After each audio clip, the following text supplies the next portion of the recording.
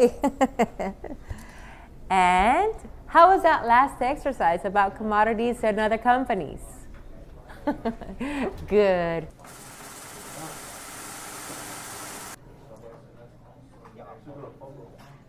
I'm glad you're enjoying your first two models, because there's a lot more to come.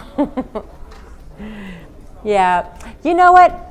Every now and then, I like to draw in order to explain a little bit more. Take a seat. Let me try to draw something that will help you understand more about value before volume and the principles that shape it. Take a look. Meet Bob. He's been working in construction for the last 10 years. Now, he feels that it's time to start a business of his own. He's moving into a new geography where there are not a lot of construction companies and figures this is his chance to start his own. But he isn't pretty sure where to start.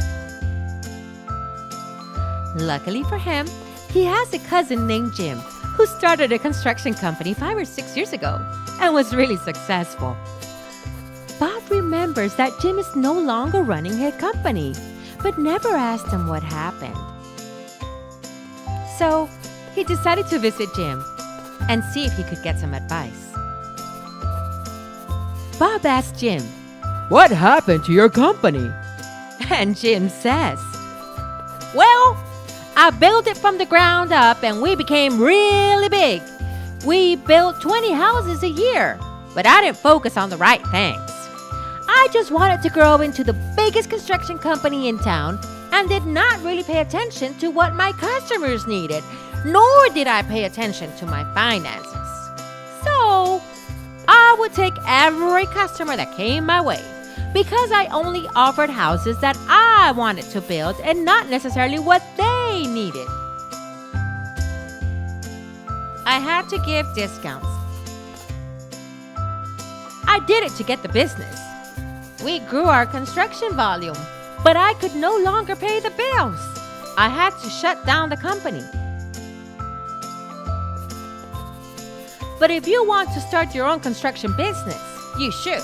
Just let me give you a piece of advice. Before you start, you should think about the basics. Building a company is like building a house. You have to put down a good foundation before building the walls and the roof. So you have to figure out, what's your goal for the company?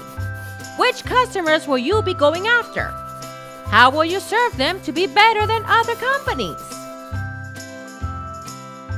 Bob thought that he knew his goals, to grow a company that could build 20 houses a year. But why are all the other questions important? And how would he think about them? And there you have it. I still have it in me, don't I? Anyway, there's still a lot coming for you, so let's get moving, all right?